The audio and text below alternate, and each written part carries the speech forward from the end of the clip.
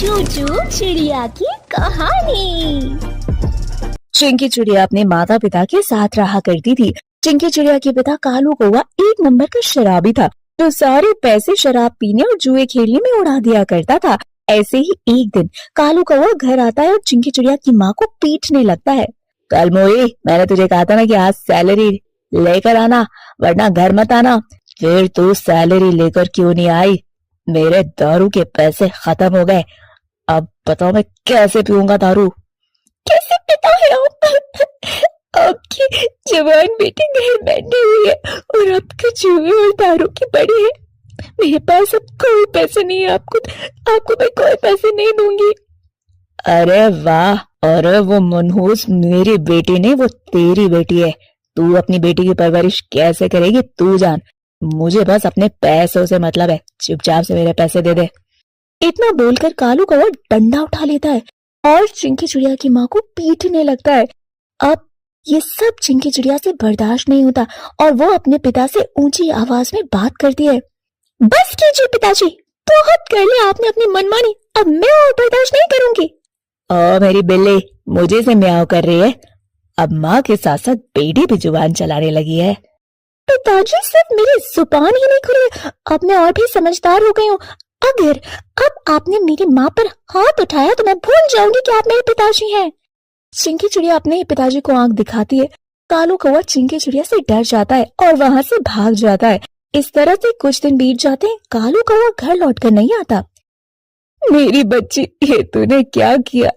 तुझे अपने पिताजी से ऐसे बात नहीं करनी चाहिए थी। देख, तेरे पिताजी को गए 10 दिन से ज्यादा हो गए, अब तक वो घर नहीं आए। माँ, पिताजी का होना ना होना बराबर ही था। अच्छा हुआ जो वो चले गए। मैं तो चाहती हूँ कि वो अब कभी ना आए। उनके बिना हम दोनों कितने खुश हैं। चिंकी बेटा, ऐसे दुनिया नहीं चलती। तेरे पापा का होना बहुत जरूरी है। कल को तेरी शादी भी तो करनी है। आखिर मैं अकेली गरीब चिड़िया तेरे लिए रिश्ता कहाँ से देखूंगी और अकेले कैसे तेरी शादी कर पाऊंगी? अपनी माँ की बात सुनकर चिंकी चिड़िया भी परेशान हो जाती है। अब इसी तरह से कुछ दिन बीत जाते हैं और चिंकी चिड़िया की माँ को हर समय चिंकी चिड़िया की शादी की फिक्र सताने लगती है। ऐसे ही एक दिन चिंकी चिड़िया की दोस्त कबूतर ही उससे मिलने आती है और अपने घर में मेहमान को देखकर बिना कुछ कहे चिंकी चिड़िया अपनी माँ की सहेली की खातिरदारी करती है। ये देखकर कबूतर ही बड़ी खुश होती है और चिंकी चिड़िया की माँ से कहती है, चिड़िया रानी, ये तेरी बेटी चिंकी ही है ना? छोटी सी थी जब देखा था, कितनी बड़ी हो गई है। हाँ कबूतरी, तूने सही पहचाना, ये मेरी बेटी चिंकी ही है। मेरी बेटी बहुत समझदार और बहुत संस्कारी है। सही कहा तूने चिड़िया रानी, तेरी बेटी बिल्कुल तेरे जैसी है। तेरी बेटी बिल्कुल वैसी है जैसे मुझे अपने घर के लिए बहू चाहिए। क्या कहा कबूतरी तूने? मैं कुछ समझी नहीं। तू क्या कहना चाहती? साफ साफ बोलना। ठीक है, तो मैं सीधी बात करती हूँ। मैं तेरी बेटी की शादी अपने बेटे से कराना चाहती हूँ। मुझे तेरी बेटी बहुत पसंद है। मैंने तो कभी सोचा नहीं था चिंकी बड़ी होकर इतनी सुंदर और संस्कारी होगी। तू सच बोल रही है ना? इस तरह से कबूतरी अपने बेटे कबूतर का रिश्ता चिंकी चिड़िया से तय कर देती है। अब ऐसे ही कुछ महीने बीत जाते हैं। शादी से कुछ दिन पहले ही चिंकी चिड़िया की माँ की तबीयत खराब हो जाती है। माँ, ये क्या हो गया तुम्हें? तुम ठीक तो हो ना? तुम मेरे साथ अभी उल्लू डॉक्टर के पास चलो। नहीं चिंकी, मेरे पास इतना समय नहीं है। मैंने तुझे कभी बताया नहीं, पर मुझे कैंसर है। अब मेरे दिन पूरे हो गए।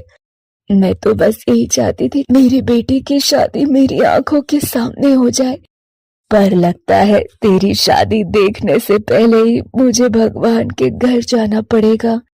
माँ, ऐसा मत बोलो माँ।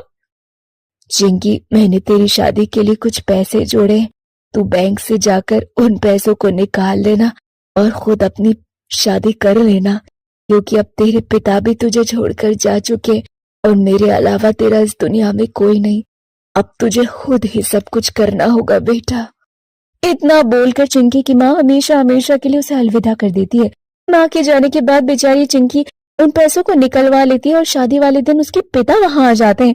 अपने पिता को देखकर चिंकी गुस्से में अपने पिता से कहती है, आप यहाँ क्यों आए हैं? ये पैसे मैंने मेरी शादी के लिए जोड़े थे, वो भी बड़ी मुश्किलों से। आज मेरी शादी है, ये पैसे मैं आपको नहीं दूंगी, इसीलिए आप यहाँ से चले जाओ। चिंकी बेटा, मुझे माफ कर दे। मैं जानता हूँ मुझे अपनी गलती का एहसास बहुत देर में हुआ है, पर मैं यहाँ तुझसे पैसे लेने नहीं बल्कि अपनी बेटी की शादी कराने आया हूँ और अपनी बीवी की आखिरी इच्छा भी पूरी करने आया हूँ। जो हुआ मुझे बहुत पछतावा है इस बात का। पछतावा? मैं कैसे मान लूं कि आपको पछतावा हो रहा है? आपकी वजह से मेरी माँ की जान गई है। सही कह रही है बेटी, तेरी माँ की मौत मेरे ही कारण हुई है, पर मुझे सच में अपनी गलती का एहसास है।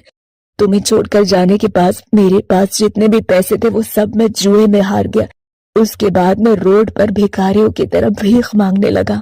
भगवान के नाम पर कुछ पैसे दे दो, मेरी बेटी की शादी है, मुझे उसकी शादी करवानी है। कालू कौवा शराब के पैसे जोड़ने के लिए लोगों के सामने झूठ कहता है और उनसे पैसे मांगता है। इसी तरह से कुछ महीने बीत जाते हैं। एक दिन उसकी मुलाकात कबूतरी से होती है। बहन, मैं बहुत गरीब हूँ, मुझे मेरी बेटी की शादी करनी है, मेरे पास पैसे नहीं है, प्लीज मुझे कुछ पैसे दे दो ताकि मैं अपनी बेटी की शादी करा सकूं। कालू, तुम और कितना गिरोगे? तुम जानते भी हो तुम्हारी बेटी और बीवी के साथ क्या हुआ? तुम कौन हो? तुम मुझे अपना ज्ञान मत दो, समझी? मैं तुम्हारी मरी हुई बीवी की दोस्त और तुम्हारी बेटी की होने वाली सास हूँ। अपनी हालत देखो, जब तुम अपनी बीवी और बेटी के साथ थे तब तुम्हारे पास दारू पीने के पैसे थे। अब तुम्हारे पास दारू तक पीने के लिए पैसे नहीं है। कहीं दूसरी ओर तुम्हारी बीवी इस गम में मर गई कि उसकी बेटी की शादी कैसे होगी। और एक तुम हो जो अपना बाप का फर्ज नहीं निभा पा रहे। 2 दिन बाद तुम्हारी बेटी की शादी है मेरे बेटे से। हो सके तो शादी में शामिल हो जाना। फ्लैशबैक से बाहर। बेटा, अगर तुझे अभी भी मेरी कहानी पर विश्वास नहीं है तो अपनी सास से ही पूछ लेना, पर तेरी सास ने ही मेरी आंखें खोली हैं। मेरी सास ने नहीं, आपने जो दर दर की ठोकरें खाई हैं उसकी आपकी आंख खुली है। पर अफसोस कि अब बहुत देर हो चुकी है। मैं माँ की आखिरी ख्वाहिश पूरी करूंगी, आपको घर से नहीं निकालूंगी। अब आप ही मेरी विदाई करना। दर दर की ठोकरें खाने के बाद कालू कौवे को अकल आती है और वो शादी वाले दिन अपनी बेटी के पास पहुंचकर उसकी शादी करवाता है, जिसके बाद चिंकी चिड़िया भी अपने पिता को माफ कर देती है और कालू कौवा फिर कभी शराब को हाथ नहीं लगाता और एक बाप होने की जिम्मेदारी बखूबी निभाता है।